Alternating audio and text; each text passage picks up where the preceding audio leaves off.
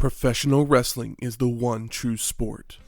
Other sports have their share of intense, dramatic moments, but nothing can compare with professional wrestling.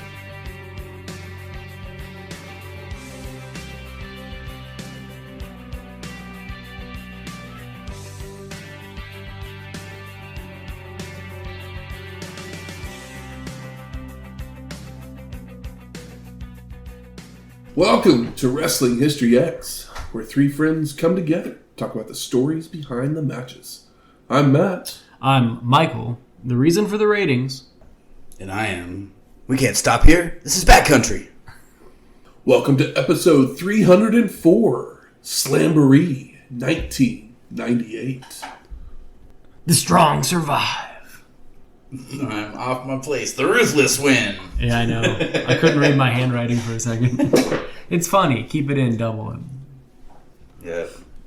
So this is the 6th annual Slamboree, produced by WCW. It took place on May 17th, 1998, from the Centrum in Worcester, Massachusetts, with an attendance of 11,592 people. Not terrible. Yeah. Mm-hmm. Yeah, I only know it's Worcester because that's where my dad's family is all from. And it's not spelled that way, but that's how they all pronounce it. It's Worcester, Mass. Yep. And I only know it because I learned how to say Worcestershire sauce because of Worcester, Mass. Is it made from? Is it that? That I don't know. I had heard Worcester, Mass said so many times that I just added the shire to it. Yeah. My sister Tracy calls it Worcestershire sauce. Here we go. Yeah, most people these days, it's like if they're gonna, the few times you have to say that a year, they just turn it into a joke because they don't want to be wrong. I do it. I'm guilty of it too. Wash your sister sauce. Yeah. Oh, that's good. I never heard that one. I'm saving that for sometime in the next few weeks. But we are in Massachusetts. Yeah, we are. So Shane, did you do what you do? Oh, did I? Yes, here we are in old Worcester, Mass. Slamboree. So I did what I do in the sense of I hopped on the old Google machine and typed in what the fuck do people eat, drink, do in Massachusetts. What is their official sandwich? What's their cocktail? What's their dessert? As it popped up on my phone, the state cookie of Massachusetts is the chocolate chip cookie. And one particular brand of... I wonder how many states have the chocolate chip cookie as their state cookie. There's a list. It's the best cookie. It is. But this one has, more than just being, a good cookie. It's because there is a world famous cookie and brand that is based out of, or got its start in Massachusetts, which is the Toll House, made famous in the 90s on Friends for Phoebe's French saying of Nestlé Tollhouse. No, they've been around since the 1930s. The original recipe was created in the late 1930s by Ruth Wakefield, who famously ran the Toll House restaurant in Whitman, Massachusetts. This delicious mix of crispy cookie and melted chocolate chunks first appeared in a 1938 cookbook, Tired and True. It was her cookbook. And, but she this is the creation of the chocolate chip cookie. Yes, the Toll House, the Nestle Toll House. I thought it was just the creation of the chocolate chip cookie in general. It could possibly be. That's how I know it. The cookie was invented in 1930 at the Toll House restaurant in Whitman, Massachusetts. Just making sure. Yep. And Massachusetts is the only state that is the official state cookie. Because you said Toll House, and I was like, all right, but I know that it was created there. Yeah, and it was. So that, thanks, man. The recipe became so popular that it showed up on Betty Crocker's influential radio program, further cementing its reputation as America's go-to cookie. In 1939, Wakefield sold the rights to her recipe and the Toll House name to Nestle. It's been around forever. I know I had shortbread cookies as a kid, and I loved those because they sang that stupid fucking song of Mama's Little Baby Loves Shortbread Bread. Oh, yeah. But my once I had the choice and could say I want a cookie, it was typically I wanted a chocolate chip cookie. Yeah. That's what you think of when you think of cookie. Yeah. At least in the United States. I want to say I read she had a yellow wrapper chocolate bar that she had used that she just chopped up and put it in her cookies. Her recipe calls for real brown sugar. It can still be found on the back of every package of Nestle chocolate chips. Oh. It's the official Nestle 12 House cookie recipe that it's been. Yeah, Wakefield gave Nestle the recipe for her cookies. It was paid with a lifetime supply of chocolate from the company. That's funny. I knew, I was like, oh, he's making cookies. And then I was like, I put it together. And I knew it was Whitman, Mass. I didn't want to give it away. But because one of my favorite stand-up comedians, Joe List, is from Whitman, Mass. And that is a fact he likes to dole out. Also, he loves cookies. But who doesn't? Exactly. But, so I was like, I couldn't remember the lady's name. But I remembered Whitman, Mass, because that's where he's from, and that the chocolate chip cookie was invented there. Yeah. Officially, I haven't baked cookies in forever.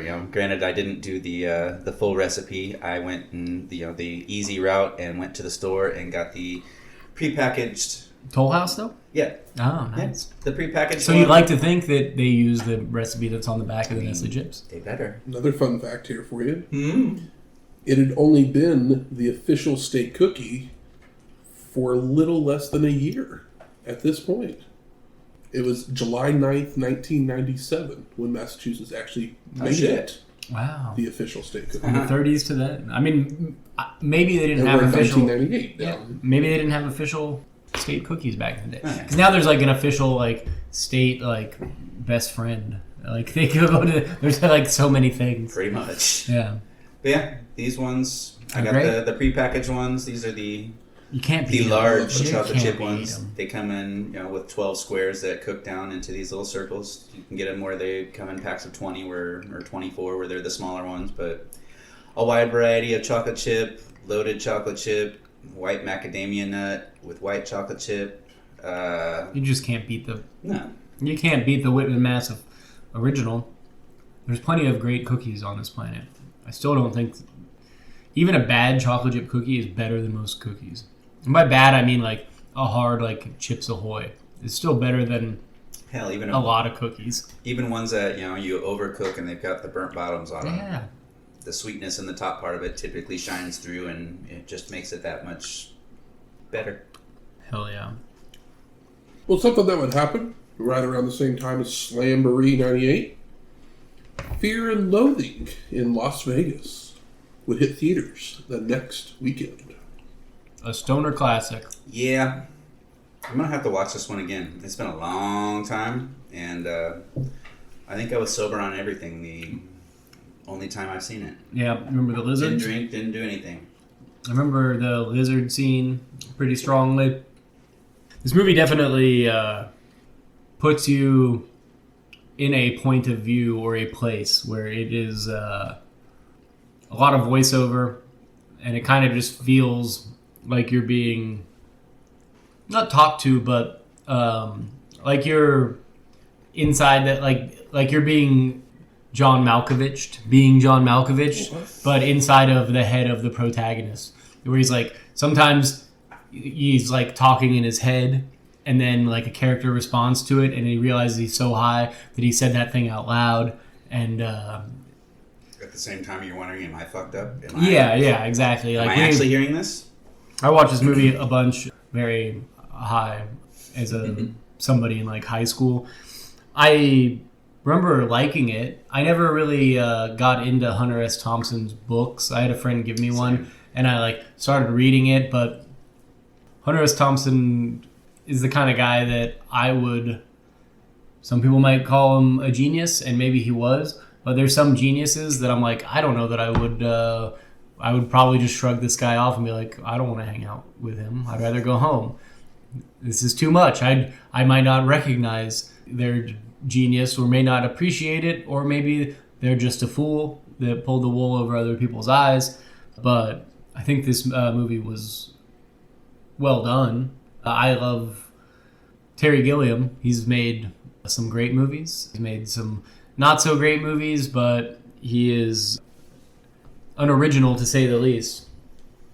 Yeah, Terry Gilliam, he's like before this his big one was 12 Monkeys, and 12 Monkeys was fucking insane. Yeah, I mean 12 Monkeys was one of his bigger hits. He directed Brazil, Time Bandits. I love Brazil. I love Time Bandits. He directed the part of Monty Python. Yeah. He directed The Holy Grail. I mean, they all kind of co-directed it.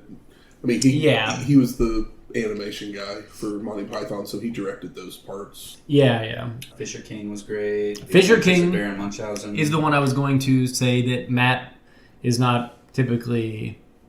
It's weird because Matt's like, I don't like shit that's like super weird, but sometimes he'll really enjoy something that's weirder than you would expect. Like, we were talking about Yorgos Lanthimos movies, and Matt's appreciated a good amount of them, but they are way more challenging than any Terry Gilliam movie as far as like tone and style and everything.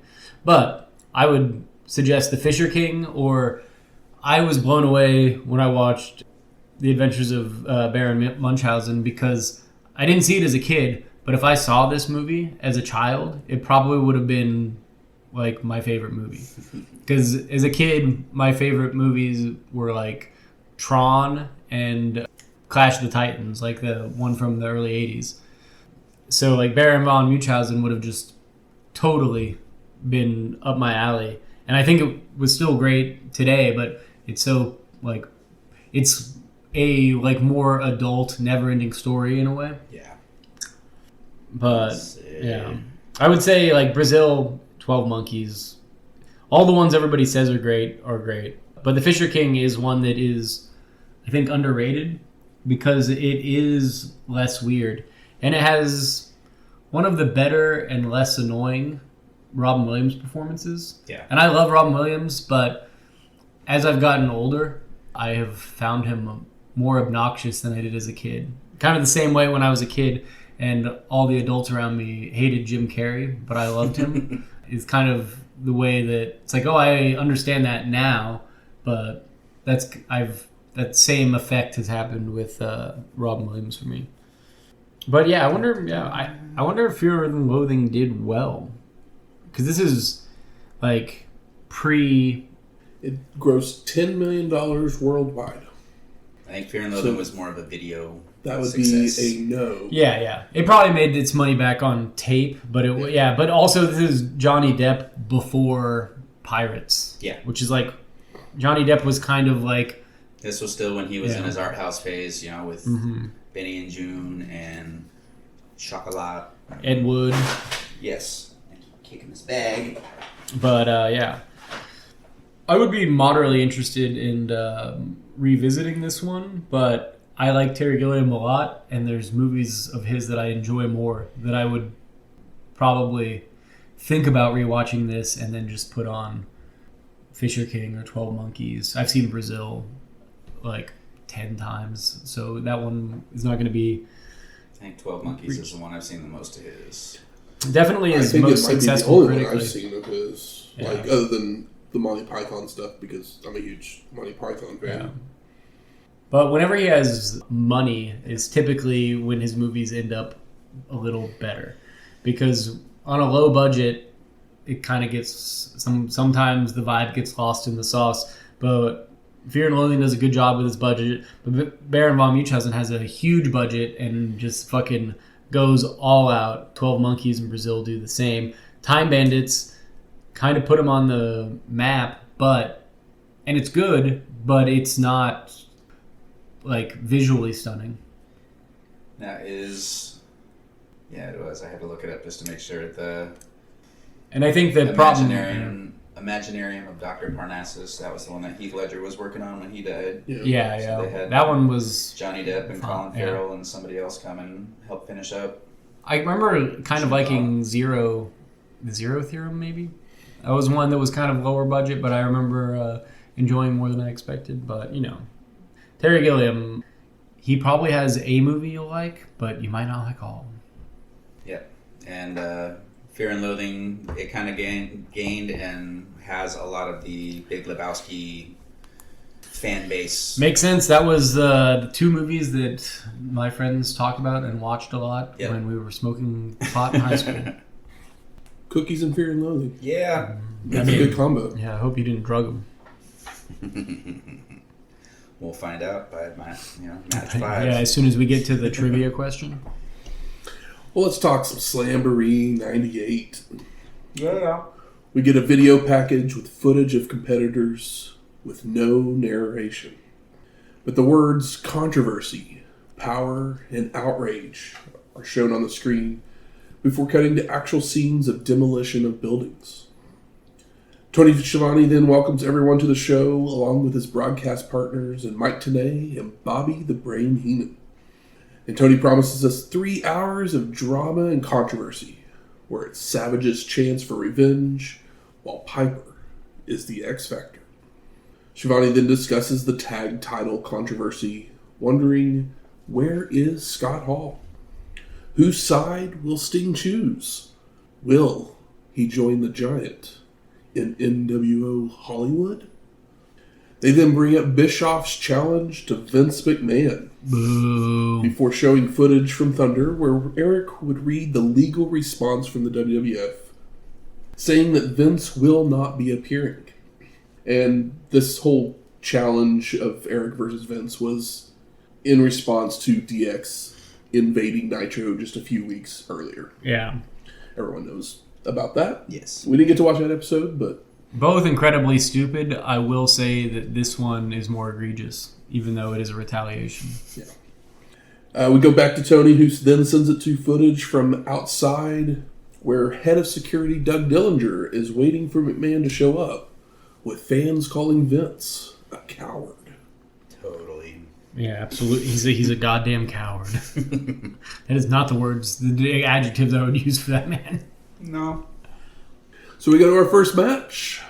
Chris Benoit versus Fit Finlay for the WCW World Television Championship. I mean, Fit Finlay facing off against a man. We love Steven Regal, but a man that can hit back. Steven Regal is not known to be a striker. No. So the last time we saw Fit was at World War III, 97, episode 282.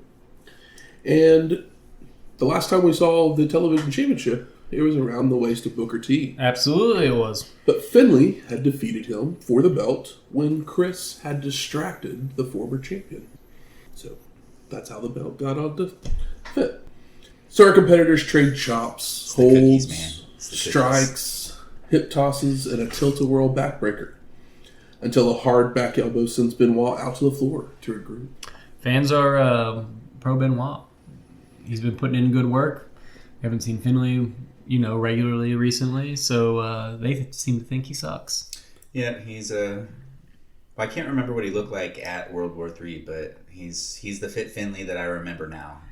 As opposed to when we first saw him with his long hair and dark hair and hair. He's rocking the like more of a bleach buzz cut. Yeah, he looks a little more in shape. Oh yeah. Fit follows out to slam Chris on the floor before hitting a sledgehammer off the apron and a short arm clothesline. They return to the ring where Finlay continues the punishment with a double stomp and rear chin lock, only for Benoit to rally into an electric chair drop. More strikes, chops, and eye pokes between the two, with Fit going to a sleeper multiple times to wear his opponent down, until Chris is dragged to the outside to ram him into the apron.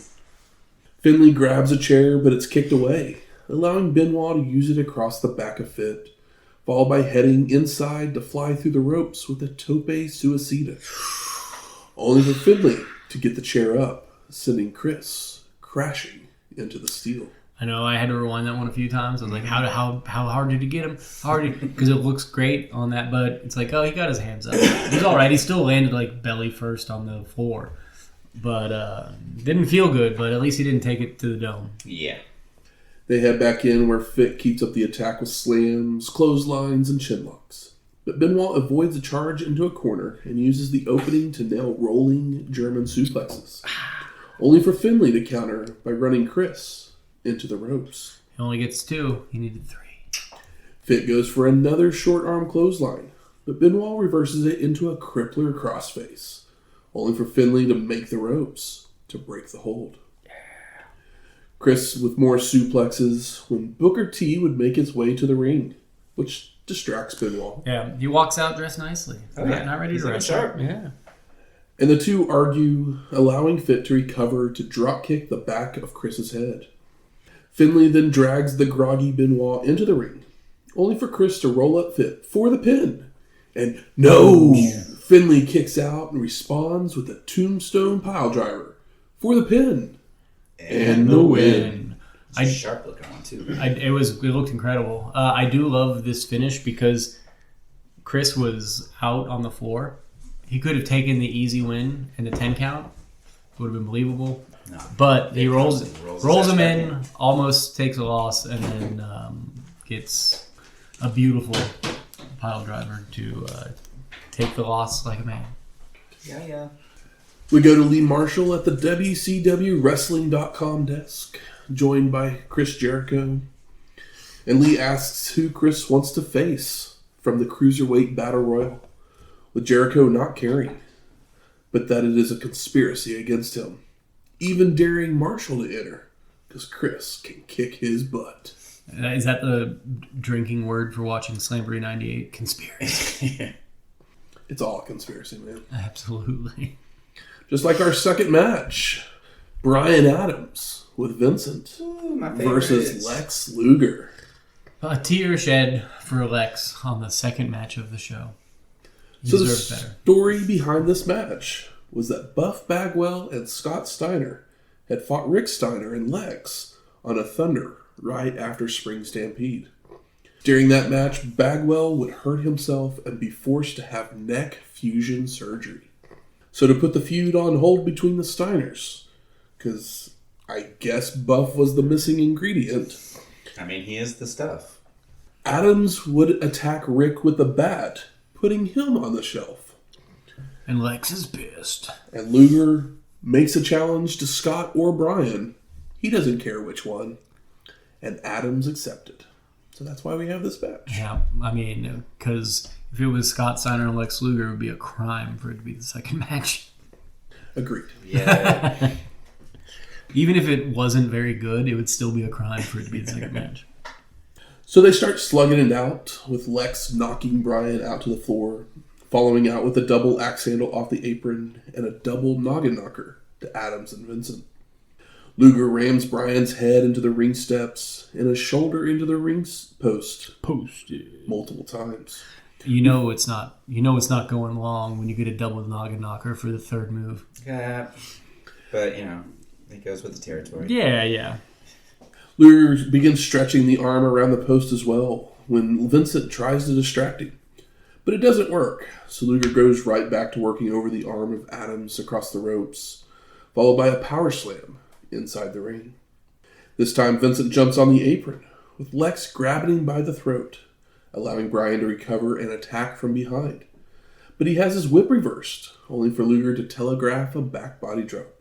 So Adams delivers a pile driver. Ooh, and it's a botch of a pile driver if I've ever seen one. That's our boy. Lex is kicked and choked out to the floor, with Bryan giving chase to continue the punishment with more strikes, until returning to the ring to nail a backbreaker and leg drops. And both men hit clotheslines at the same time for a double KO, only for Adams to basically no-sell.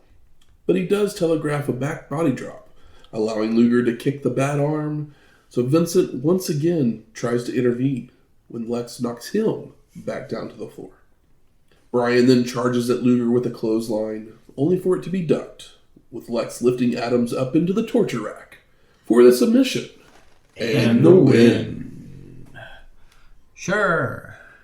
Yep. Moving on. Crushed it. Perry Saturn's in the back, and he says there will be no gauntlet match tonight. And the flock doesn't like it. They know where to find him. I like the Saturn. Yeah. Perry continues that he trusted Raven to guide his career, but all he has heard is, "What about Raven?" Only to respond with, "No. What about me?" I mean, Shane and I have been crying about it for years. Mm-hmm. Tonight, Saturn says he starts with Goldberg to become the U.S. champion, and no one can do anything about it. Not even Raven. You know who I like more than Raven? Stephen Flo. I forgot about that one. Have you seen that, Matt? Oh, yeah, I've heard about this guy. Yeah. His name's Stephen Flo. He comes out to Even Flow by Pearl Jam. He wears like flannel with a flannel tied around his waist. And his theme song is just repeating Stephen Flow to the beat theme of Stephen Flow. It is the Stephen Flow. It's Stephen Flow. Stephen it Flow. shouldn't work, but for some reason it makes my heart smile. Do you believe in him more than Joe Hendry?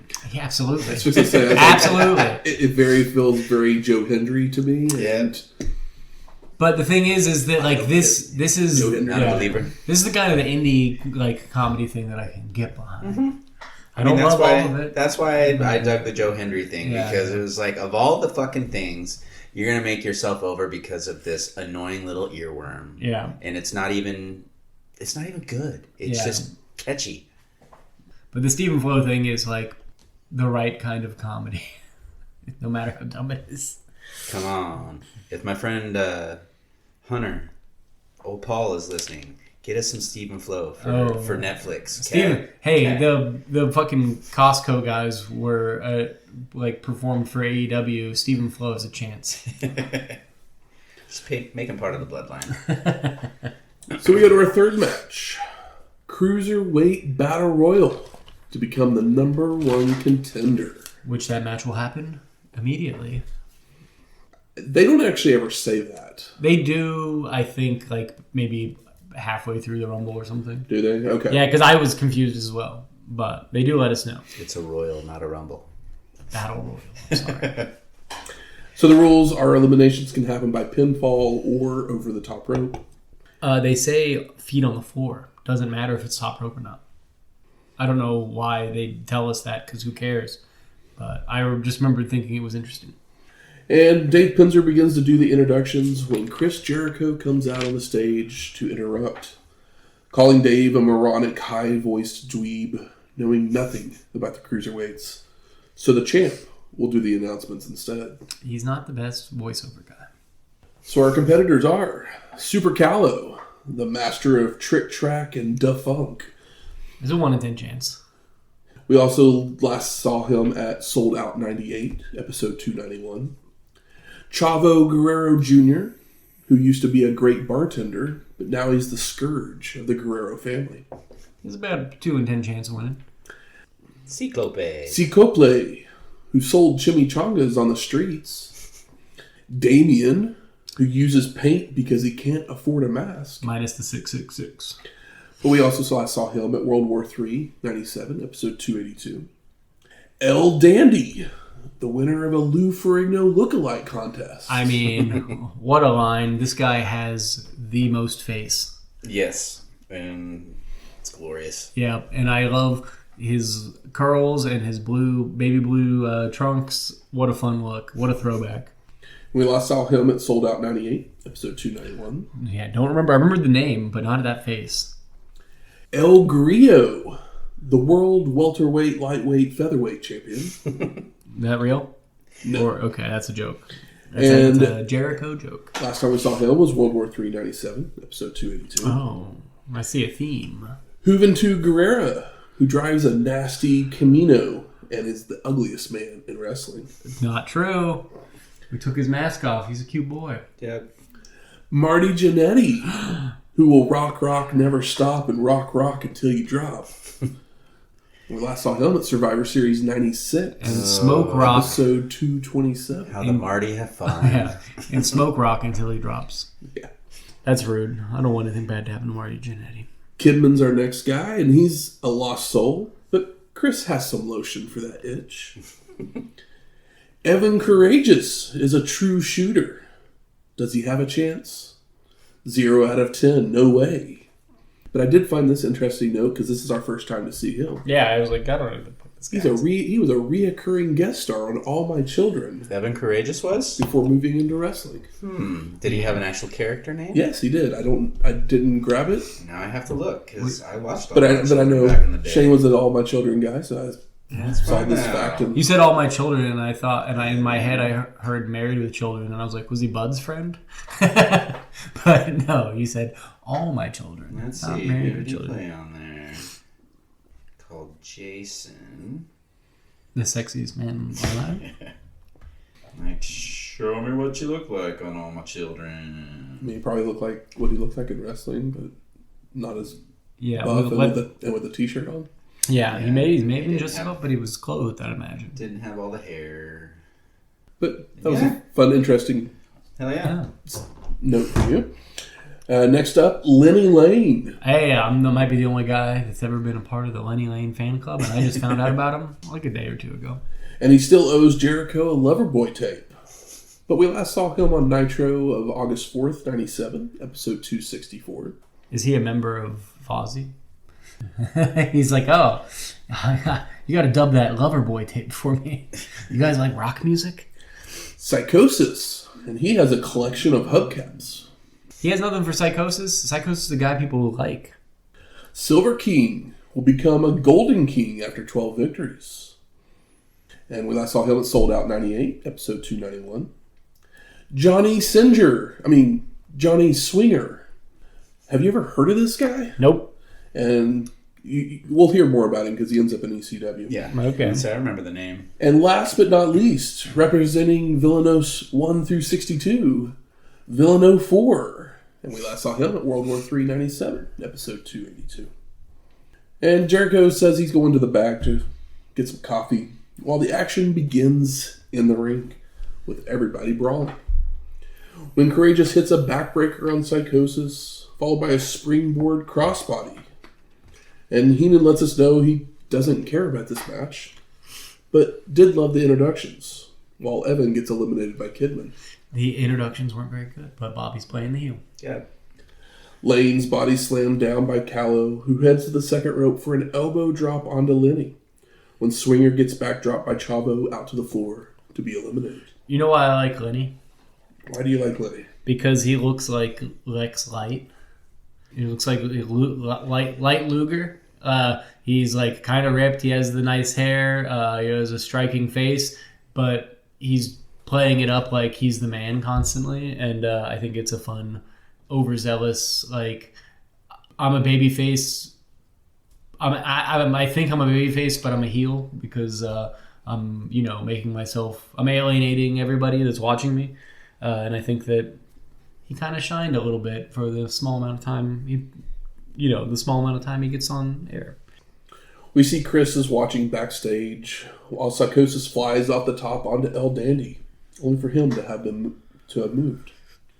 Silver King misses a drop kick to Guerrero in a corner, so Chavo responds with a tornado DDT, while Damien comes off the top with a head scissors to El Grillo. Hoovy and Callow are fighting atop the turnbuckles, so Guerrero drop kicks him, sending Super Callow crashing to the floor to be eliminated. See you later. Lenny does the same to Silver King for him to be eliminated. No go today. When Grillo flies off the top with a missile drop kick to El Dandy, who is holding Damien, who in turn body slams El Grillo down and heads up top for a moonsault, only for Grillo to move in time. Lane and Dandy with hip tosses and clotheslines to each other when El Grillo would get involved, but is backdropped out to the floor by El Dandy. Thanks for coming. Lane misses a corkscrew splash to Kidman before Dandy dumps Jannetty out to the floor to be eliminated. Thanks for coming, Marty. Damien charges at Villano, who catches and places him on a turnbuckle for chops. But Damien answers back with body scissors to take number 4 over the ropes to the floor to be eliminated. Lane then body slams Hoovy down, followed by heading up the ropes where he decides to pose for the crowd. Showboat. When Kidman would just toss Guerrero into Lenny, knocking him out of the ring to be eliminated. I mean, that was maybe the most memorable one because he's just like pointing to his muscles and smiling and gets dumped right out. Tilt-a-whirl head scissors from Hoovy to Kidman, followed by Damien walking the tightrope, only for the ropes to be kicked, causing Damien's 666s to be crushed. Before Guerrero nails a springboard dropkick to knock him out of the ring to be eliminated. Chavo then sets Dandy on a top turnbuckle and drop kicks him out to be eliminated, before turning his attentions to Kidman, only to be low-bridged, seeing Guerrero crashing out to the floor to be eliminated as well. There's only 4 left. Which are Psychope, Hoovy Guerrero, Kidman, and Psychosis, with them all brawling each other. When Kidman and Psychosis whip their opponents towards each other, only for Hoovy to leapfrog Psychope into a dropkick of Kidman. Psychosis then goes for a spinning heel kick to Psychope in a corner, but he misses and falls out of the ring to be eliminated. Yeah, I had to rhyme this one a couple times. It looked like he just kind of leaped off of the top. While Hoovy body scissors Kidman out of the ring as well. So our final two in Guerrero and Psychope seem to have a conversation in the middle of the ring. As Hoovy glances to the back, nods, and then eliminates himself. Oh my God. Making Psychope the winner. I mean, I was scratching my head. Were you guys scratching your head? Yeah. I was like, Cyclope, and it's like, I don't remember what Cyclope's like shit was. He's wearing like his black and orange. It's black and orange. It's shaggy. It looks discount as hell. Yeah. Post-match, Cyclope begins to take his mask off. And it's Dean Malenko. Yeah, it is. And I shed a tear. The crowd erupts. It's incredible. Before we go any further, side note, El Grillo was actually the real Cyclope. Ah. Oh. Under a different mask. That's very fun. Well, this is crazy because, like, based on the list of guys here, your assumption is that Psychosis or Hoovy would make it to the end.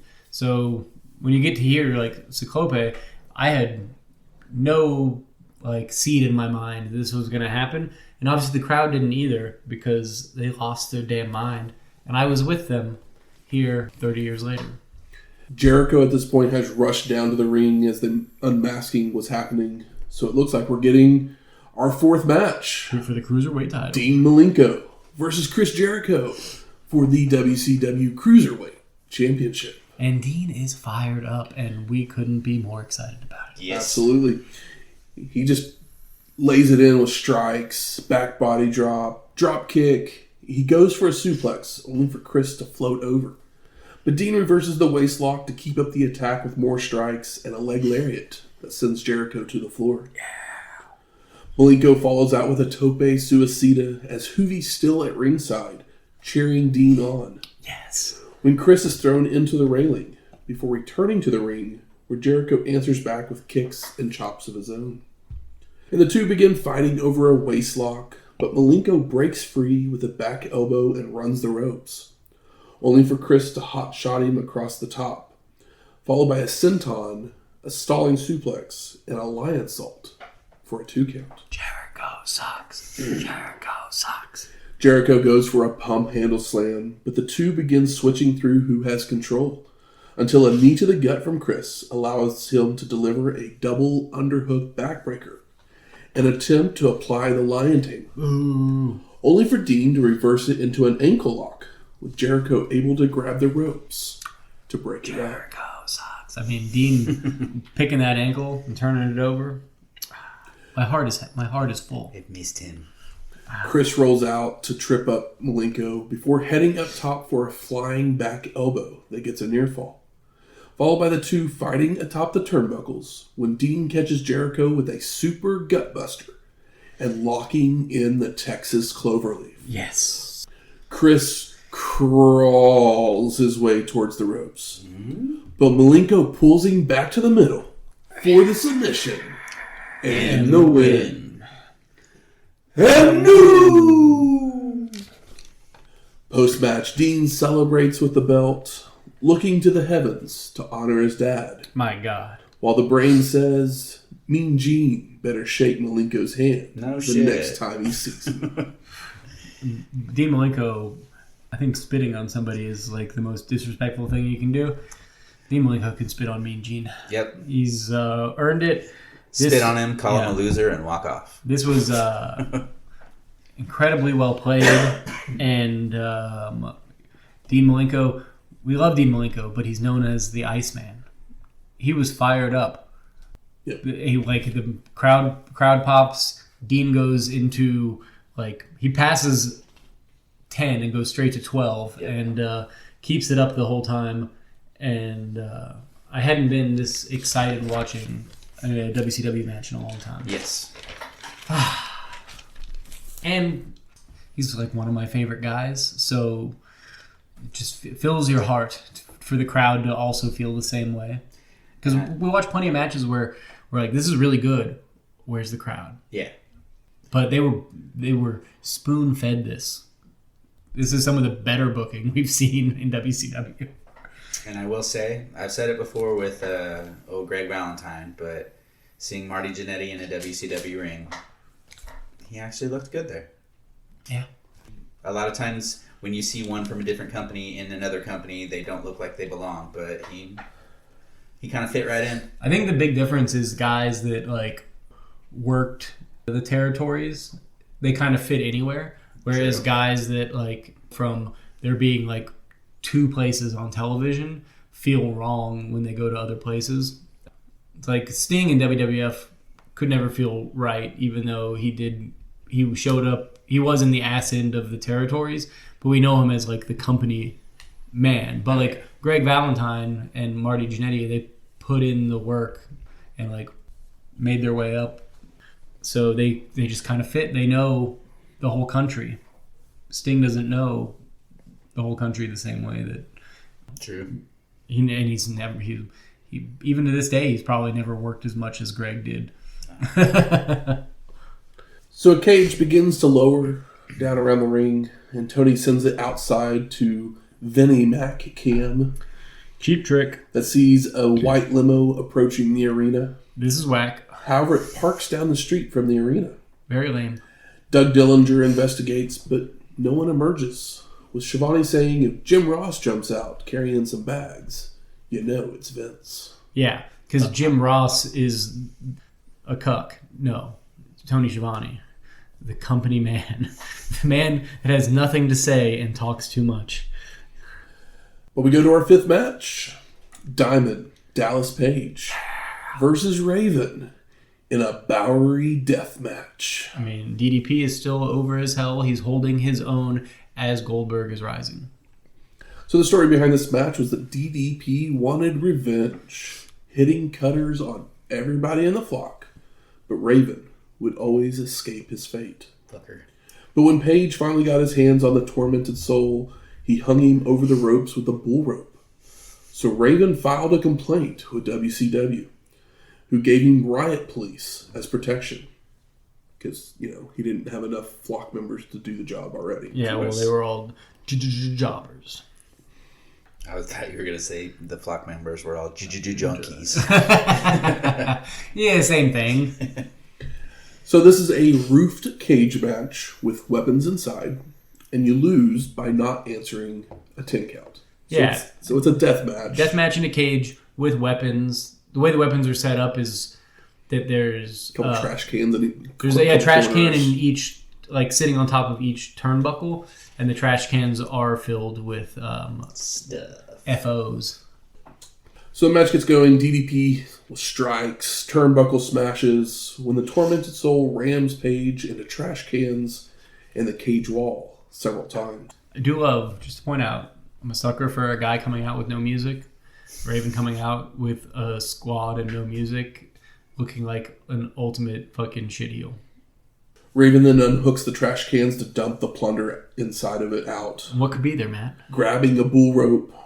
When DDP retaliates with a clothesline and taking the rope for himself to use as a leash to run the tormented soul into the cage. I got a real big kick out of them zooming in on the VCR and Bobby riffing on it.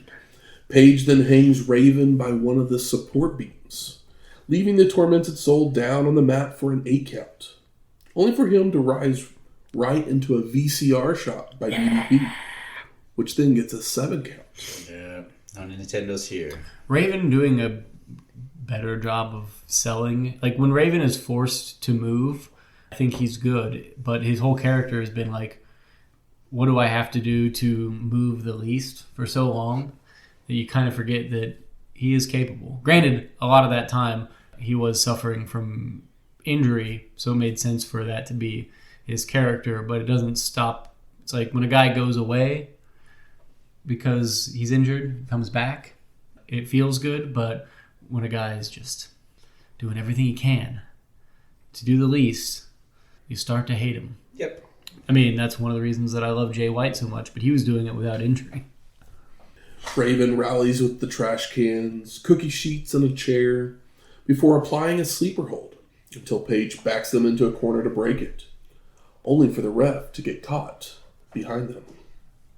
Ref bump. And it's a pretty nasty one.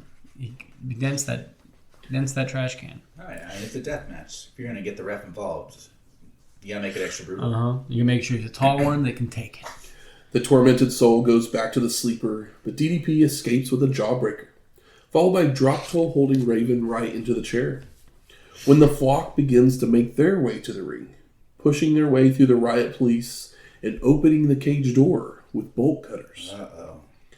Now Hammer, who Tony says was thrown out of the flock, Yes. at this point, emerges from under the ring to smash a stop sign over the head of Reese, Sick Boy, and Riggs, before handcuffing Reese to the guardrail as well. The Riot Squad force Hammer to leave, while our competitors are brawling inside the ring. When the squad enters the cage, attacking DDP from behind, followed by removing their helmets to reveal Kidman and Horace. And they hold Paige for a stop sign shot to the head, only for DDP to move in time, causing Horace to take the blow, before each man also gets a diamond cutter. Dude, the Billy Kidman grabs the top of the cage and does the swing, but DDP pushes him back, he releases, pulls him down to the cutter. Chef's kiss. Yep. Raven is recovered at this point, nailing Paige with a fire extinguisher and an even flow DDT. But DDP rises in time, rallying with strikes, followed by going for his finisher, only for the tormented soul to block and hit a cutter of his own that gets an 8 count. Raven goes after Paige with a chair, but it's ducked, allowing DDP to deliver a diamond cutter. But both men are laid out, until Paige reaches his feet at the last second for the win. The very last second. I mean, yeah, his standing, like, the sell of him, like, getting to his feet, almost falling back, and, like, it almost looks like he was on a wire. Yep. Like a fucking, doing, like, a Michael Jackson, like, wire move, but, like, drunk from, punch drunk. Post-match, DDP crawls out of the cage to celebrate in the crowd. The real people's champ. While another member of the Riot Squad starts handcuffing the rest of the flock to the cage. The cop then rams the tormented soul into the cage before cuffing him as well and grabbing a chair. He then removes his helmet to reveal... Could it be? Mortis! Only to then unmask completely and smash Raven with the chair. We haven't seen Mortis since World War III 97, episode 282. Nasty unprotected chair shot, by the way. Raven is crucified, if you will. Double handcuffed. They're redoing the chair shot heard around the world from ECW. Yeah. The one that we can't see. But it's the hanging of somebody because Kurt Angle's not there. it's fucking Mortis. But hey, like good for Chris Canyon, which that's what he'll be called next time we see him. Yeah. But it's like this, like no one cares about Mortis at all. Hey, I was kind of pumped that it was Mortis, but I understand why nobody gave a shit. I wasn't for sure who it was at the time, but yeah, afterwards it was kind of that Big Daddy, we wasted the good surprise on you moment, because it was like, this is your big reveal. Well, think about Raven just went from a feud with DDP to Mortis. Yeah. Who is now a guy. But they pointed out, because Mortis takes off his mask and he's a guy, and then the commentary points out that this guy has been showing up on TV Nitro, recently. He's been attacking the flock. But he's been showing up as a vendor. So he's been like this And very Mortis- tall man. Because no one knew what he looked like. Because With, he's always been under the Mortis with mask. long hair, like shilling popcorn. Apparently That Mortis is not the was- correct build. I respect like what they did here, but that wasn't the way to do the Mortis They went the dork reveal. route. Yeah. They should have, what they should have, or could have done, was have this mystery man that's showing up and like fucking people up, give him some kind of name or nickname, or have himself give like some kind of mysterious name or whatever. So there's a name and a face, and then you see Mortis, and people are like, what the fuck? But then it's this guy that's got over on a few people that already has a nickname. I just would have never had him wearing the Mortis mask. Yeah, that would be helpful too. I would have just... But apparently in the storyline, Mortis was wanting to be in the flock, and they turned him down. Which is crazy, because Van Hammer was the best person in the flock, and he's left. Saturn's the best person. Yes, but Saturn rose above it very quickly, and we don't even think about him as a flock member. He's Perry Saturn. But yeah, you are right. Saturn is the best member. And there's Kidman. And then the Kidman. There's Kidman, but Van Hammer is the most impressive looking, I guess. Or memorable looking. Scotty Riggs. I don't know. For some reason, Van Hammer sticks in my mind. I mean, don't forget the big-ass Reese out there, too. Reese stinks. I hate him. The Yeti! He stinks. We go outside where security is still looking for Vince. And they're showing pictures of McMahon and Nobody knows WWF what he looks superstars to fans, This shit stinks. wondering if anyone has seen them. It's so bad. It's the worst part of a pretty good pay-per-view so far. We then get building security cam footage with the commentators Some wondering CCTV. if Vince is hiding. We then go to Lee Marshall at the WCW Wrestling.com internet room, where he's interviewing Perry Saturn, bringing up his match with Goldberg at Spring Stampede. Perry says he almost had him. The Bill just squeaked by last time. But now he has a chance at the U.S. title, and there's no way he's losing tonight. Before leaving, because he needs to prepare. And our commentators recap the evening so far, while they get the flock out of the ring. Get the flock out. I mean, yeah, they needed That something. was Tony's best line, guys. Yeah. They needed something to break up them lifting the cage and clearing the trash. But yeah, this Vince stuff is the lamest shit. Oh, yeah. It's crazy lame. Like the We haven't even got to the worst part of it yet. DX No. invading Nitro. It wasn't good fun. It was tongue in cheek. Yeah. This is not tongue in cheek. No, this is just... This is like a lame rate buy ploy for money. This is Eric Bischoff's It's his OnlyFans. ego. It's Eric Bischoff's OnlyFans where he doesn't get naked. Yeah. It's bullshit. Our commentators also discuss Sting's decision as the Giant handed him an NWO shirt, but he never chose a side. Tony also wonders about Scott Hall's whereabouts, while Today says the Giant predicted a win, assuring the Stinger that they could coexist. When we go to our sixth match, Ultimo Dragon versus Eddie Guerrero. Oh yeah. With Chavo Guerrero Jr. Yeah. And the story behind this match was that Eddie forced Chavo to shove Dragon off the top rope during a bout, which we saw against La Parca, which cost him the match, only for Jr. to return the favor, which cost his uncle a chance at the TV title. Chavo would then attempt to make peace with Ultimo, which just pissed Eddie off. So his uncle would confront the nephew, only for Dragon to use the opening to lock on a Dragon sleeper. Because of this, Eddie would begin feigning injury, forcing Chavo to take his place in matches, until Ultimo confronted Eddie about his behavior and putting him to sleep once more. Eddie would get his revenge by making Jr. hold Dragon down for a frog splash. So now, they fight for Chavo's freedom. Why is it crazy? It's not crazy, but it makes so much sense that the best shit is like story-wise is something like this or something like the Cruiserweight stuff that just happened, and that Bischoff basically in my head he's busy with his motorcycle club at the top of the card, and these guys are like, hey, we have this idea. Is that okay with you? No. And he says, oh yeah, no, that's totally fine. and then they just fucking kill it and actually tell wrestling stories well. You think these ideas actually get to Bischoff?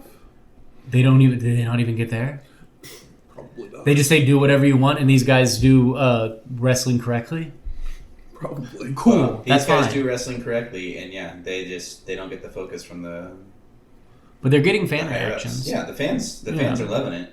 Yeah.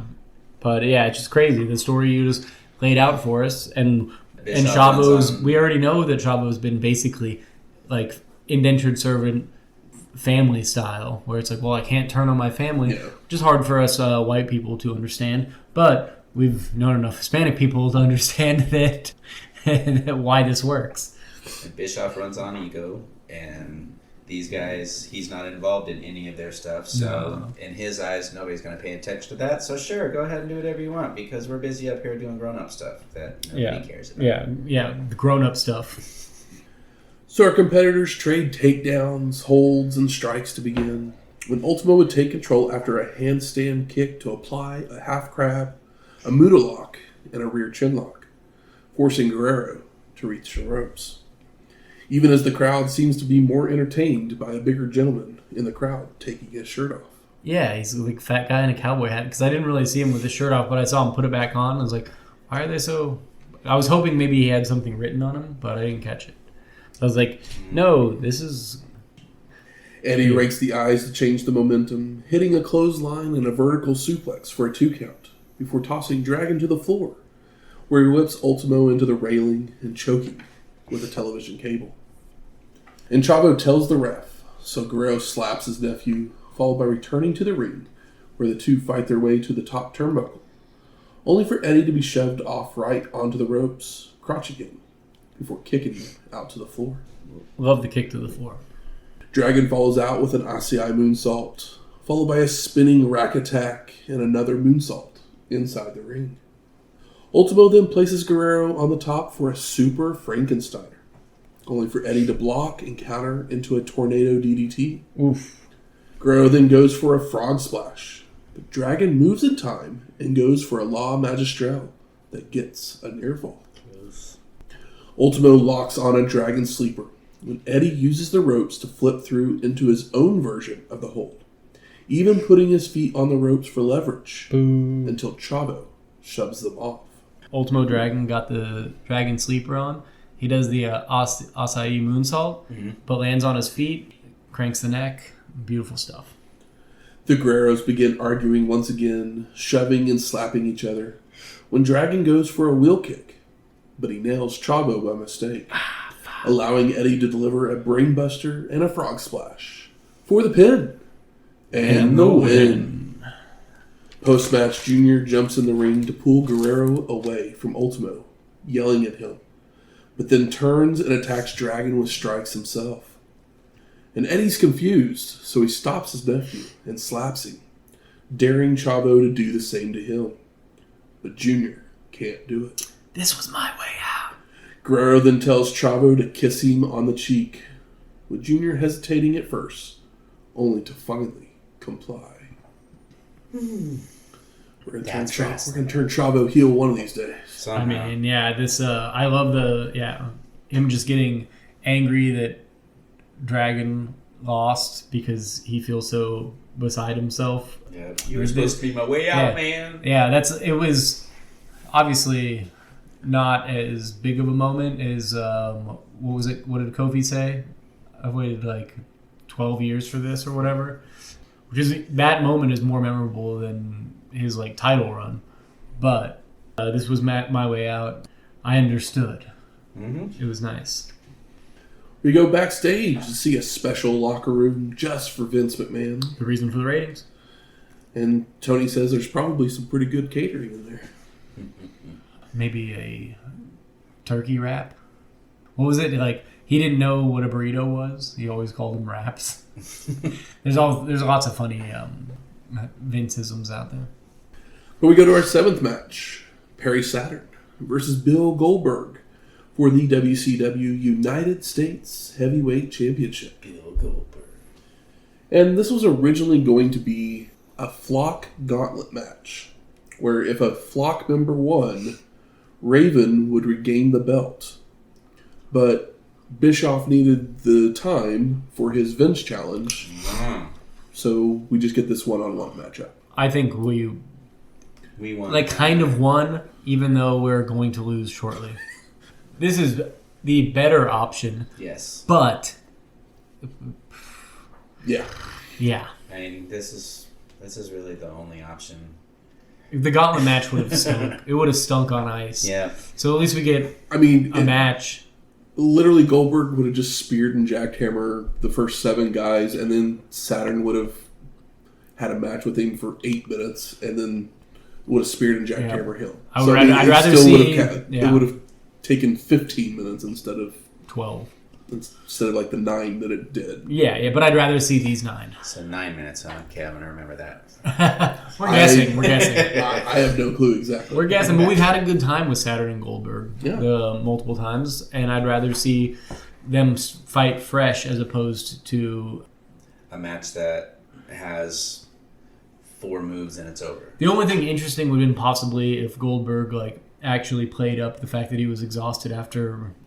spiriting and jackhammering guys and working from underneath, but Goldberg has done a good job of giving some rope to Saturn in the past, so either way it'll make it work. And I'm almost kind of nervous that he would have dropped Yeti from trying to jackknife him or jackhammer him, whatever the hell it's called. We might not love him, but we don't want him. We don't want him to his head like old giant did. Yeah, we might like him, but we don't want him before.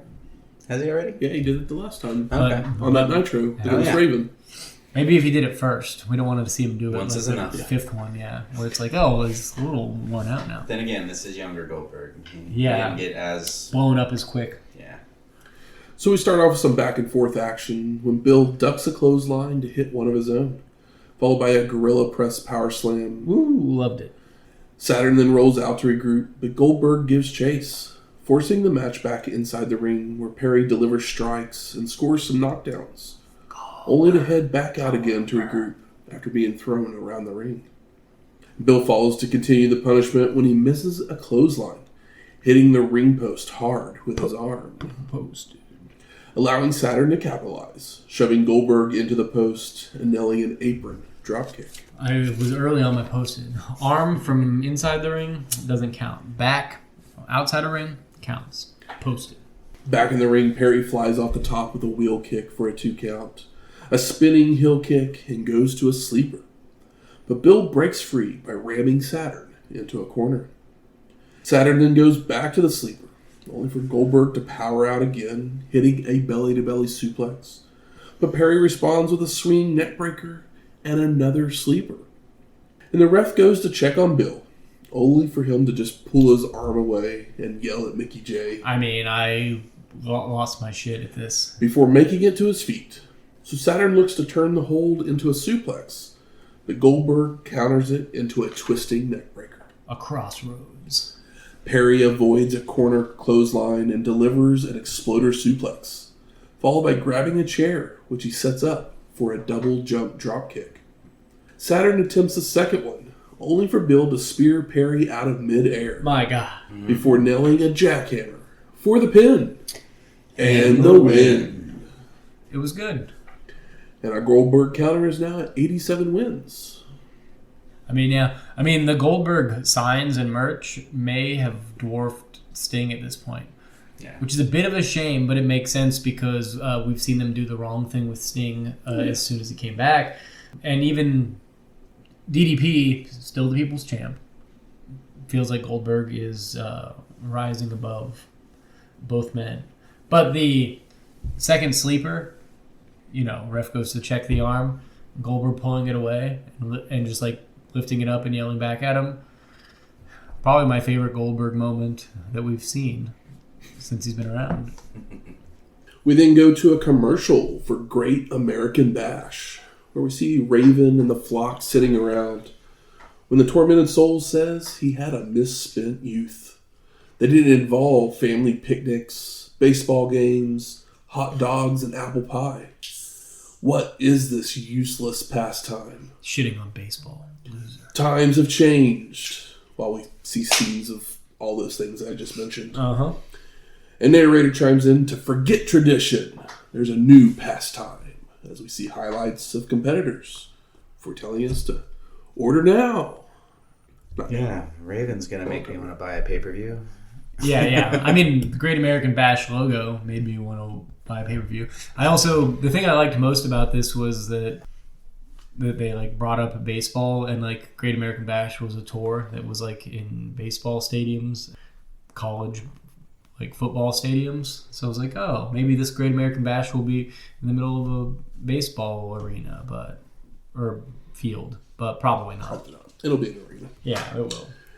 We then go to our 8th match. Eric Bischoff versus Vince McMahon.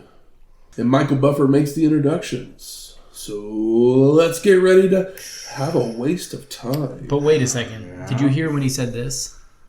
Do you have this? Have you heard about this? No, he says that Eric Bischoff... Depends on what this is. I know.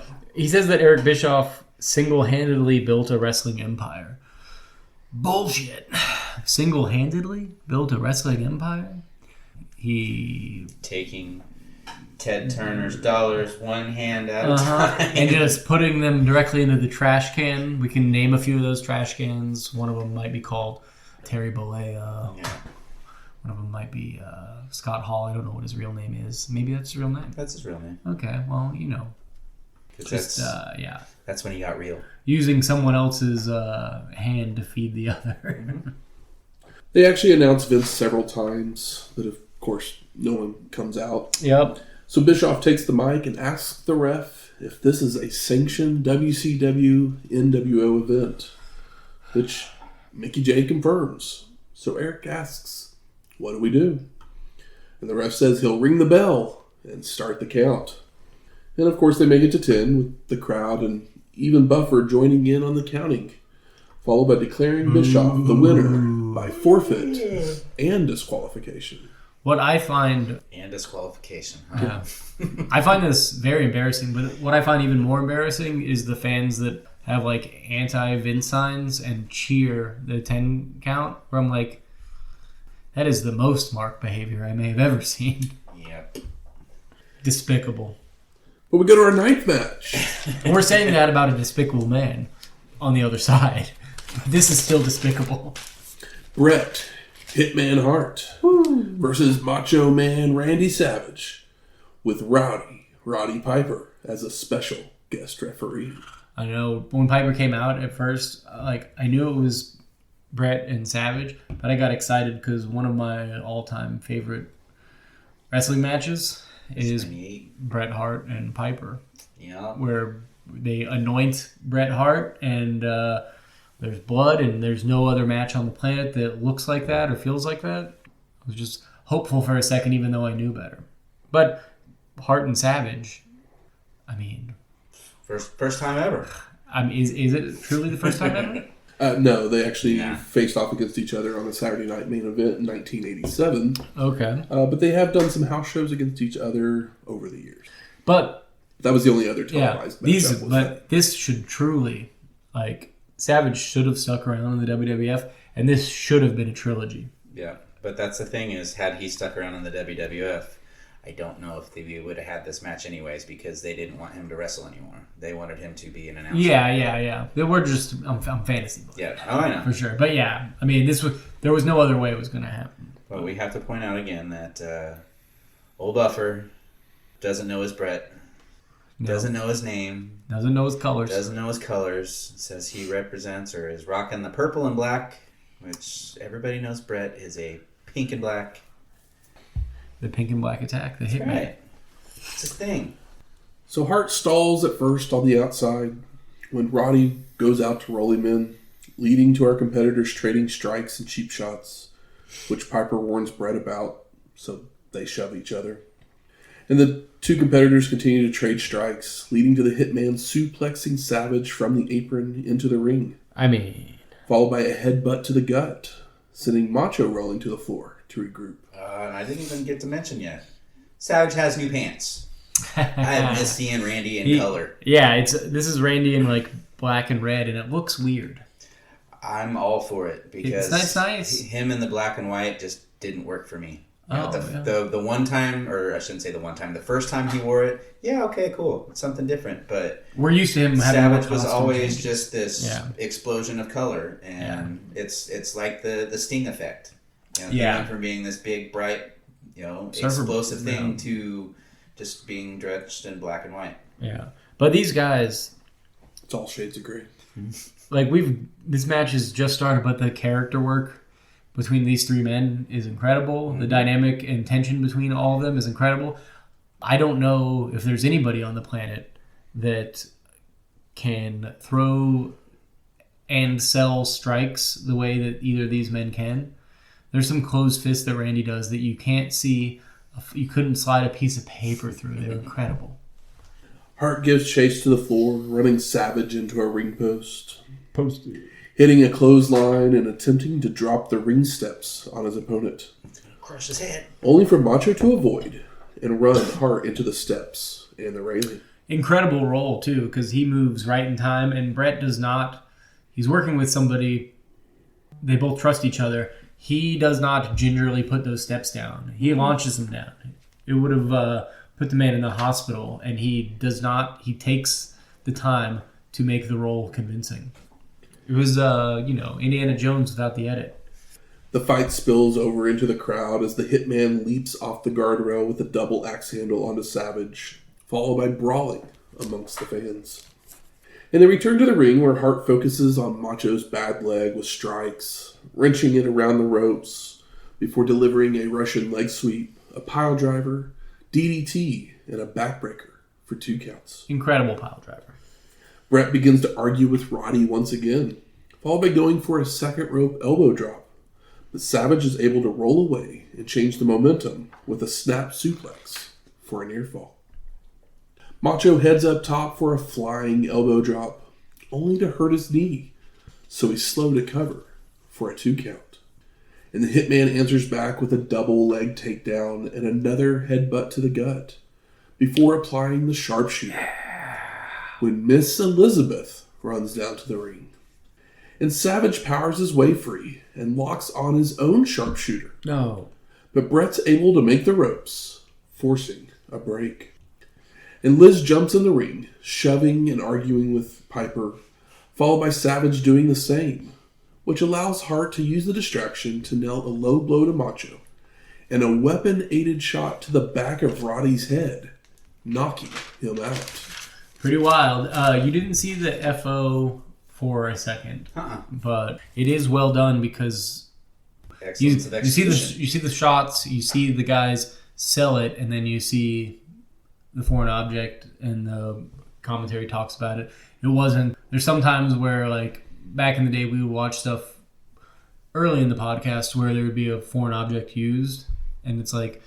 The commentary. 15 seconds before he uses not even that. They do it quickly, but the commentary doesn't even comment on it. And Matt and I, after the match, are like trying to figure out what exactly happened because, the commentary wasn't informative, the cameras aren't as good, and they weren't playing to the back row. Savage retaliates with strikes, taking the weapon away and threatening to use it as the Hitman begs off into a corner. When Hollywood Hogan would arrive, clipping Macho's good knee from behind. What a genius. And wrapping it around the steel post. Hart locks on the sharpshooter once more, while Piper has regained consciousness and sees the weapon still in Savage's hand, causing him to call for the bell. Post-match, Bret spits on Macho before leaving the ring. Nasty. While Savage writhes in pain. Yeah, they do point out that I don't know if this was commentary just making it up, that they were like, they thought he thought Hogan was the guy that hit him, but Piper never saw who hit him. Yeah, they show a replay from the opposite angle where it shows Savage and Piper arguing, and Savage gets taken down, and then Bret gets up, and Piper's still arguing with Liz, and that's when he knocks him down. Yeah. And so he has no idea who did it. That shot made me go, oh, okay, I see what they were going for. Yeah. But the live version made no sense. No. Why Bret would be the one to hit Piper. Because it didn't show the correct order of things, basically. But yeah, just to reiterate my point, a beautiful trilogy could be had because this match was great. Had a lot of it had to do with star power because it was fresh. It was fresh, and it shouldn't have been fresh, but it was fresh. And these guys are maybe Piper, or maybe Macho and Bret Hart can't do a fucking moonsault. But it doesn't matter because they're still better than just about anybody that's ever done a moonsault. No, they don't have to do a moonsault when you can sell everything. When you can throw a believable punch and sell a believable punch, like that's more important to me than just about anything else at this point. Yeah. And this was a golden era match in a silver era. Yeah, in the Attitude Era. Yeah. So we go to our 10th match, The Outsiders of Scott Hall and Kevin Nash with Dusty Rhodes versus the Giant and Sting for the WCW NWO World Tag Team Championships. And the story behind this match was that Sting focused on the man who cost him the world title in Nash. The Giant would save him from a beating one week before challenging for the tag belts. But Hall was nowhere to be found, as he was too dangerous for TV. Rehab. Yeah. I thought also, didn't they say he was injured, or that was Nash? They said was injured for a while when he was gone. I think they were saying Hall was, because they never say that he was in rehab. No, they don't say he was in rehab. I know that, but like Hall's been gone for a minute. But Nash had a moment where he was. They both took vacations recently. Well, Nash had his heart attack scare. Oh, okay. His weed-induced heart attack scare. Weed-induced. Kevin would also call out Hogan, wanting an apology for Spring Stampede, only for Hollywood to have an ace up his sleeve in the Giant, who had rejoined NWO Hollywood. Boo. The big man would attempt to sway the Stinger to the NWO's cause, handing him a t-shirt. But Sting never put it on.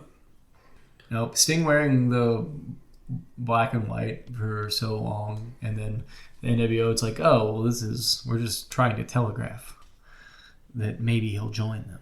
Michael Bedford makes our announcements once again, so let's get ready to have a survey. Oh my god. As Scott takes the mic to do so, with the NWO winning, as it's another one for the good guys.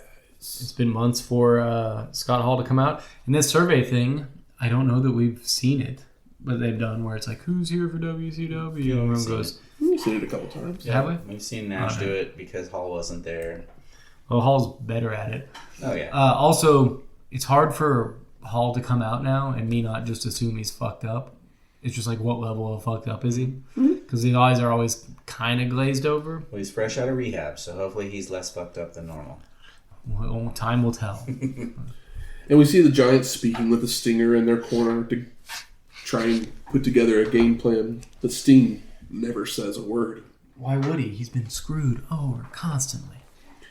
And Hall and the Stinger started off by trading strikes and taunts, when Scott would block a hip toss to nail a choke slam and mock the big man, which allows Sting to recover to deliver a facebuster, Manhattan drops, and a pair of Stinger splashes. Did you guys catch this? When Scott Hall, he's got the arm of, first minute of the match, grabs the arm of Sting and he's ramming his shoulder into Sting's shoulder. We've all seen it. Typically, go to wrestling school 3 times, then we go to the waist trade or whatever. But Scott goes for a 4th one, and I was like, fuck, no, is he fucked up? So they do a good recovery, but it was one of those things that you only catch if you've watched too much wrestling at this point in your life. Maybe he's not fucked up. Maybe he's not. Just rusty. Maybe, he's just rusty.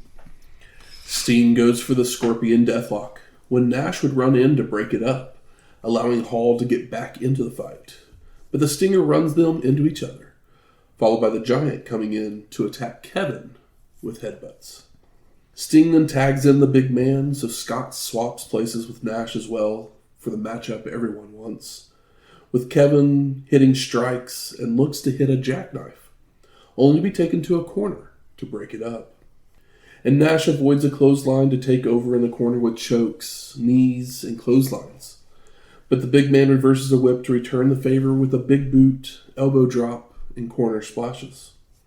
Sting's brought back in, but he gets overwhelmed by the outsiders, being worked over as the champions use frequent tags. As Kevin hits a running straddle in his corner offense, Hall with a fallaway slam and leverage-aided ab stretch until the ref catches them. Nash continues with a sidewalk slam and a bear hug on the Stinger, only for him to break free by clapping the ears and leaping to his corner for the hot tag. The Giant cleans house with clotheslines, right hands, and headbutts, followed by a leg drop to Kevin for a 2 count. And the big man heads up top for a flying splash, but Nash avoids, leaving both men down on the mat. And Dusty gets on the apron to distract the ref, allowing Nash to set up for a jackknife, when Scott would enter the ring with a tag belt, nailing Kevin from behind and allowing the Giant to make the cover for the pin and the win. And news! Sting can't believe it. Post-match, Sting is dumbfounded. Can't believe it. While Hall and the big man embrace, joining with Rhodes to celebrate their actions. Scott then hands the Giant the tag belt and invites the Stinger to come join them. He doesn't. But he continues to just stand still in the corner, not believing what he's seeing. Hall drapes a Wolfpack t-shirt over Nash's body, while the big man tells Sting to make the right choice as we fade to black. Sting just looks wide-eyed. So I ask you gentlemen, what are your overall thoughts of Slamboree 1998? I do want to point out, I knew something was coming at the end of this match because Dusty takes one of the tag belts on the hard cam, places it in the middle of the apron on the hard cam side of the ring. So I was just like waiting to see how and who it was going to be used. But I think this show is good and fun. And I'm always turn on a WCW show and kind of ready to cry sometimes. But overall, this is better than what we get most of the time. I think some of the twists and turns were good and exciting. Mortis might be a little less meaningful, but the match that preceded it was entertaining and felt fresh. I have little to no complaints about this, with the caveat of this is the first Sold Out. You remember that? You remember that? This is a wrestling show. Who knows what that was? But this is a wrestling show that feels like a wrestling show that has wrestling matches and some intelligent angles. And the small Hulk cameo, it didn't take away from this. This show had nothing to do with Hulk Hogan, even though it always still has everything to do with Hulk Hogan. Yeah, I mean, on the same lines of that, this is the most enjoyable WCW show we've had in quite some time. Everything moved along nicely. Almost everything had a purpose. They told stories. They moved things along. You had fun returns and surprises that got the crowd worked up. You had your, dumbassery with the Eric Bischoff. That's the worst part. Vince McMahon stuff, but then, followed by that, you had a good classic wrestling match that, even with a Hogan-influenced ending, was still enjoyable. Yeah, I'm not going to bitch and moan too much about it. The only thing I might say is I wish I would have watched it while having some milk and cookies. Good one. Yeah, this is a solid pay-per-view. We know WCW loves to do storylines to finish off their shows, and I have no problem with this one. It's actually, I feel like, one of the better ones. This is one of the better ones because that they've actually done. Absolutely. Because it furthers along the NWO storyline, and because, it's always been Hall and Nash. Mm-hmm. They've been inseparable, and now we have this, They are the founding fathers of the NWO. So now we have, this tension between them, And then we have the Sting stuff, obviously. His partner's NWO. So what is Sting going to do? So that's been a storyline for a long time with Sting. Is he going or is he not going to join the NWO? But I feel like there's even more of a reason for him to join at this point, possibly, because his tag team partner and fellow champion is in the NWO. So, I mean... He's a man without a home. That's a name that Brutus has never taken. Good. Where's the smart marks at? All right, fuck you. I think it's time we smark it up. So what are some of the best moments of this show? Dean. Very much Dean. Dean Malenko, absolutely. I mean, that crowd pop, is just insane. It's the miracle is that the beautiful, we're gonna have this Cruiser Rumble or Battle Royale, and we're like, all right, fine. We all assume it'll be like Hoovy or Psychosis, and then it's Seco play, and we're like, who gives a shit? Yeah. And then he takes his mask off, and it's Dean Malenko, and it's like this. And Dean Malenko gets the pop he's always deserved, and goes on to have a match with Fire that we've never seen. I think the pop even shocked the hell out of him, just because you can see the look on his face as the mask comes off, kind of soaking it in, and his blood runs hot for the first time in his career, and we all feel it. And I mean, I don't know. It's great. I don't know when his father passed away, but that moment after he wins the belt, and he looks up, he looks up, and you can see that he's emotional about it, this was for you, Dad. This is one of the more magical wrestling moments that we've watched in a while. We've seen a lot of great stuff recently happening over in the WWF, but this is one of the ones that there's plenty of ones that everybody talks about that gets clipped over and over, but there's things that you remember because maybe it's a guy you like, but it's tied more into the real world. And Dean Malenko having a genuine reaction and then having another genuine reaction after winning the belt that's familial, staring at the sky. This is the reason why I keep watching. You start watching wrestling, you like it, and then I imagine it's like a healthy version of using heroin. We're like, well, you could chase the dragon, right? Yeah. It's like, well, yeah, now you know a lot about wrestling. It doesn't mean that it's always fun, even when it's good. So when you get moments like this, especially when they happened years and years ago, and they can still bring an emotion out of you, that's the point. Absolutely. Sting's face after the belts are won. Yeah. That, to me, that's the perfect reaction for that. Because he's just wait, what? Yeah. He's wide-eyed, but he's dumbfounded, but believably so. Yeah. Because, Sting's not supposed to be stupid. No one would ever think Hall would turn on Nash. No. Did they tell him?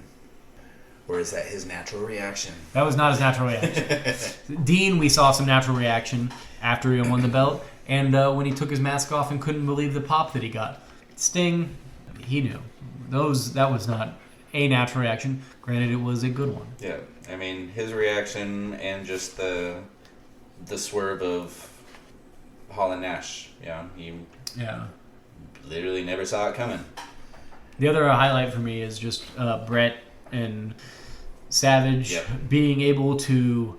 They're not doing anything crazy. They're just doing everything. What they do. They're doing everything they're supposed to, and they where they're meeting each other in the middle, style-wise, but it looks better than anybody else that could be possibly doing it. The closed fists punches that Savage does to Bret in the corner, I dare any wrestler on the planet to throw punches that look that good on television, because I haven't seen one, maybe ever. They're perfect. I mean, I've already mentioned during the match the fact that I was happy that Savage had new pants, got some color back on him again finally. Even the Perry Saturn Bill Goldberg, I enjoyed. It was good. We've seen it a bunch, but it's never been bad. What we were going to get originally, because it wouldn't have been as good. No. I mean, there's literally only one match on this show that I'm just kind of like, Lex. we didn't need this. And it's that. Yeah. Yeah. Lex and Brian Adams. But it didn't overstay its welcome. No. And it was the second match, I believe. Yeah. So, like, it was in and out. It was quick. Whatever. That's fine. I can't ding this show for that. Oh, Saturn's promo. Just in the back. Yeah. It was also that's Saturn's promo from the back is the best promo we've gotten from anybody sitting next to Lee Marshall. How about most disappointing? Oh, the Bischoff McMahon. I mean, that. Jump. Yeah. I mean, That's obvious. that's the worst thing on the show. Yeah.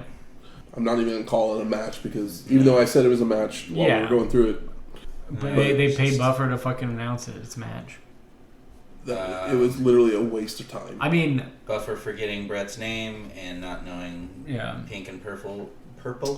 but the McMahon stuff I think was legitimately like despicable. Yeah. But not even like in a like bad taste way as much as it is the fact that they were unaware of like how stupid it was, and then I was even more offended that the crowd went along with it. So like, yeah, it just there's plenty of moments that will make you feel bad about like just humanity in general. But this is one that like disappointed me from just a human perspective, where I'm like, what are we even doing? Why? Yeah, what are we doing? Why does anybody care? Why do they think this would happen? Why do they think this is fun or funny? But outside of that, it's that Lex has a match, and it's the second match on the show because Lex Luger has been, wrestling for a very long time, and he didn't come in as a wrestler, and he's kind of been in and out of companies, but I still think he's Lex Luger. And the second match on the card seems a little tough. Seems a little unnecessary. The show didn't gain from Lex Luger being on it. I mean, if it had been Lex versus Scott Steiner, I bet it had been later in the show. But it's because it's Brian Adams. No, it's because it's Brian Adams, but I guess it's like, well, I guess we just need to put something on there. So, but yeah, it's like... I mean, it probably would have traded places with like the Eddie Ultimo Dragon match. Yeah.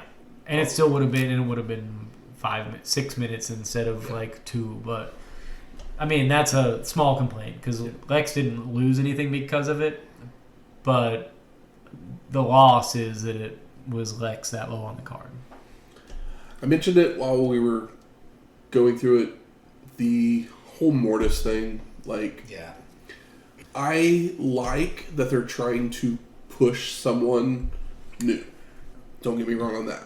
But I literally feel like they should have separated because he's not going to be Mortis anymore. Yeah. They should have just never unmasked and had Mortis there and then have him take that off and be that person. Just take the right gear stuff off and be Chris Kanyon. Yeah.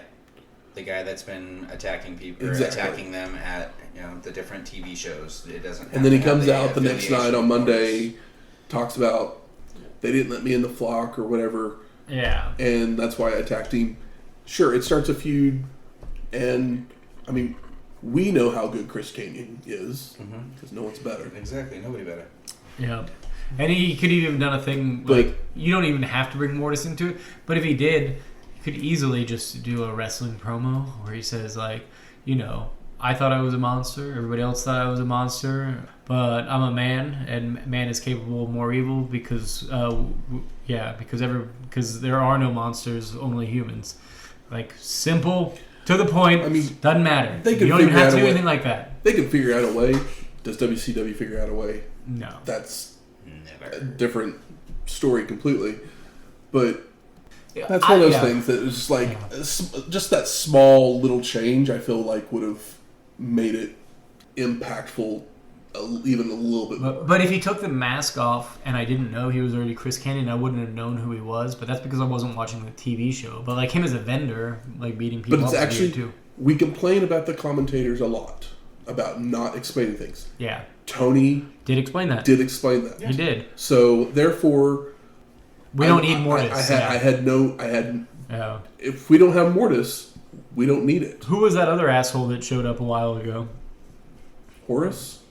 It might have been Horace, yeah, who was like, it's like, oh, that the guy. Oh, was on the flock number? Or? Yeah, okay. it was Yeah, it's Horace. It's like, yeah. And it was like, oh, this guy. And it's like, well, I mean... It's a crew member. But, like, this is at least more impressive. It happens after a cage match, and Yeah. he takes down guys that, like, mean something. Yeah. DDP means a lot. No matter how you feel about Raven, he's been featured, and the fact that they were willing to rig a cage up and drop it down for him and DDP to have a match together raises the stock of Raven immediately, even if you don't like the guy. Yeah. Yep. They shouldn't have associated the Mortis character whatsoever because he was associated with one joke of an act before, which was Glacier, and he didn't have anything other than the superhero Mortal Kombat nonsense. I will add a silver lining to this. These are very small complaints. Mm-hmm. Oh, yeah. Which is a great thing because there's been shows that we have just rallied against the stupidity of very recently. And the Mortis thing was a drop in the bucket compared to some of the steamers they have left us with. Oh, absolutely. With top-tier talent, I mean, steamers. When there's just all this Bischoff, Vince McMahon stuff, there's not, like... Yeah. You're going to just be nitpicking most of everything. Yeah, but even the Bischoff McMahon stuff's not as offensive as the like Hogan Sting stuff. Even it's like it's stupid and a waste of time. One show and we're gonna move on. Yeah, exactly. That stuff was like stupid or whatever, but that was like actually like disrespectful to fans and your company guy, as opposed to this just being like a silly stunt. Yeah, and like. The only thing that it hurts is maybe people's opinion of you, but the crowd didn't seem to give a shit. Yeah. How about best performer of the night? Dean. I gotta give it to Dean. If it's not Dean, then it's Perry Saturn. If it's not Dean. Yeah. Yeah, maybe. I mean, because I originally thought Perry Saturn, and then you guys said Dean. And I was like, actually, it probably is Dean. Yeah. I mean, I also Dean had his 2 matches. Really loved Savage's work. With Bret, where it's like, but they were one man in that ring. It was beautiful. But we got to give it to Dean because Dean had the most human moment. Yeah. And a couple of them of the evening. Absolutely. And how about most surprising? Dean. I wasn't ready for it. I mean, the Dean part. I had no clue he was going to be Seiko. I didn't know. I had no idea that's who was going to be under the mask. The turn. At the end, I didn't remember. There's actually quite a few surprising moments in this show. I mean, the turn was big. Marty Jannetty, CW show. Mortis being the guy, like. Yeah. I mean, honestly, like if it wasn't for Dean and the end, it would have been Marty, just because you never think Marty Jannetty is going to show up, and sometimes he does. It doesn't amount to anything, but it's always surprising. But actually, Dean, Johnny Swinger was on this show. Like, I didn't even know he was around at this point. That is Johnny Wrestling, right? No. Oh, he kind of looks like him, right? No. Not Johnny Wrestling. Sorry. What's his name? You're thinking John Morrison. John Morrison. Yeah. He had a similar facial structure to John Morrison, except for summer. Johnny Swinger kind of reminds me more of Joey Mercury. In his facial features, which was Morrison's original M&M tag team partner. Oh, okay, yeah. But Morrison, he had kind of the wide, pointed chin. Although it's like, oh, well, if you do enough steroids or HGH or whatever, your head will get as big as John Morrison's. Making their way to the ring. It's trivia time. Fuck. I haven't been doing so good at these lately, so let's give me a good one here.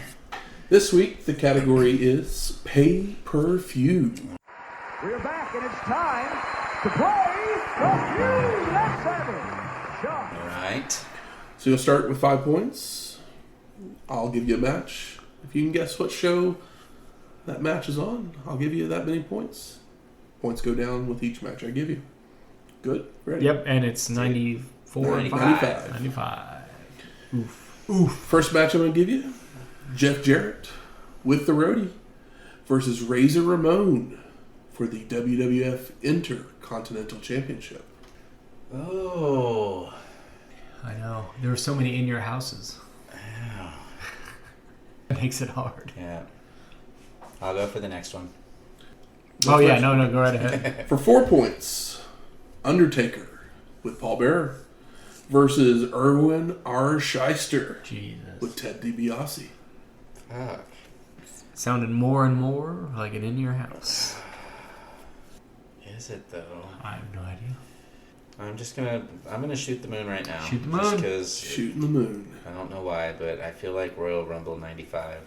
That is correct. Okay, Ooh. Shane, beautiful stuff. Beautiful stuff. The last 3 matches were Diesel versus Bret Hart for the WWF Championship. 1, 2, 3 Kid and Bob Holly versus Bam Bam Bigelow and Tatanka with Ted DiBiase Hilarious. in the finals for the vacant WWF World Tag Team Championship. Because the Smoking Guns couldn't. They just, whatever. So. And then, obviously, the Royal Rumble match. Who won that Royal Rumble that year? 95 was Sean. All right, cool. Good gas. Beautiful stuff. I was torn on the Jarrett one, but then the Shyster Undertaker one, I swear that was Rumble. So I actually figured you would get it with the Diesel Bret Hart one. Yeah. The Taker or Shyster, like, that sounds like a potential in your house, but it makes so much more sense for it to be a Rumble because it's like, well, Shyster and Taker don't need to be in the Rumble. So, like, yeah, it's Undertaker never needs to win a Royal Rumble, and Erwin R. Shyster will never win a Rumble. So, like, why not have that match? Next week, Over the Edge in your house. Over the Edge. That's right. This isn't the one, is it? No. No, that's Okay. 99. Yeah, I don't know Over the Edge. I assume it's, I hate that they don't number them, but, we're about to get away from the title anyway. The title of In Your House. Music from this week's show is Raise High the Roof by Jeff Rose. And The Giant made the pin. So we play Rock House by FCO Music. Yay, something new. Something new. If you like this episode or any of our other ones, please go out there and rate and review us on iTunes, Spotify, YouTube, or wherever you find your podcasts at. If you're out on YouTube, make sure you like, subscribe, hit that bell for notifications. Tell a friend, share it. We would love to have your friends listen to me and my friends talk about wrestling. And if you have any questions, comments, concerns. Where the hell are we going? We're going to Milwaukee. Going to Wisconsin. Milwaukee. Yeah, we've been to Wisconsin once or twice before, and I've never been there in person. So if you have any ideas, suggestions... Cheese curds, right? Cheese curds are always good. That's what I just assume. That's the only food I know from Wisconsin, I think. Yeah, we've done a Wisconsin-style Bloody Mary, good God. What the fuck was it? Old-fashioned. Oh. I know we've done that one, and I'm sure we've done something else because I know we've been there more than one time. Yeah, Wisconsin is not a state I think of when I think of wrestling. No, but yeah, give me some ideas. Give us a shout out on the old tweeters, and yeah, let me know. Also, where do you listen to your podcast at? I'm curious. I listen to mine on Apple, but I'd love to know. What's your preference? Are you a Spotify person? Do you like are you YouTube? Is there somewhere else we haven't listed that you listen to it at? I use some crummy app. I like to keep it separated from my music. Mine's called Pocket Cast. Pocket Cast. I don't know. Yeah. R.I.P. Stitcher. Yep. You can always email us at wrestlinghistoryx@gmail.com or find us on X at WrestlingHistoX. That's Wrestling HISTOX. We'll talk to you next week. Later.